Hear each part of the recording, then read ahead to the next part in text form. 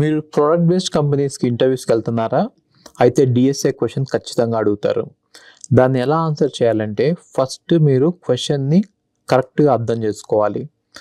ఆ ఇచ్చిన క్వశ్చన్ మీరు ఇచ్చే ఆన్సర్ రిలవెంటా కాదో తెలియాలి. అంటే మీరు ఇంటర్వ్యూవర్ని చాలా ఫాలో అప్ క్వశ్చన్స్ అడగాలి.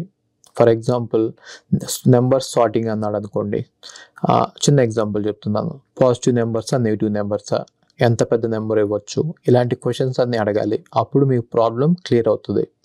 దాని తర్వాత డైరెక్ట్గా ఆప్టిమల్ సొల్యూషన్కి వెళ్ళిపోవాకండి. ఫస్ట్ బ్రూట్ ఫోర్స్ సొల్యూషన్ ఇవ్వండి. అక్కడ నుంచి solution step by step build చేసుకుంటారా అండి. మీరు మీ థాట్ ప్రాసెస్ మొత్తం బయటికి చెప్తూ ఉండండి. మీరు ఏమనుకుంటున్నారు, ఎందుకు అలా అనుకుంటున్నారో మొత్తం బయటికి చెప్పాలి.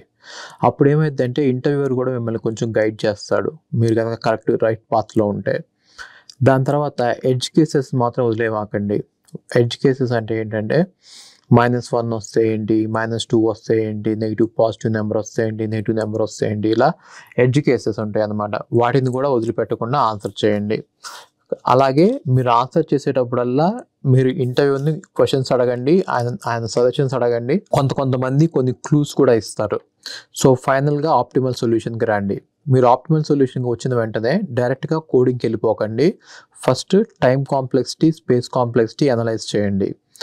ఈ రెండు కనుక మీకు ఆప్టిమల్ అనిపిస్తే, టైం అండ్ స్పేస్, అప్పుడు కోడ్ చేయండి దాన్ని. ఆ కోడ్ చేసిన తర్వాత కూడా అందులో ఎర్రర్స్ రావచ్చు.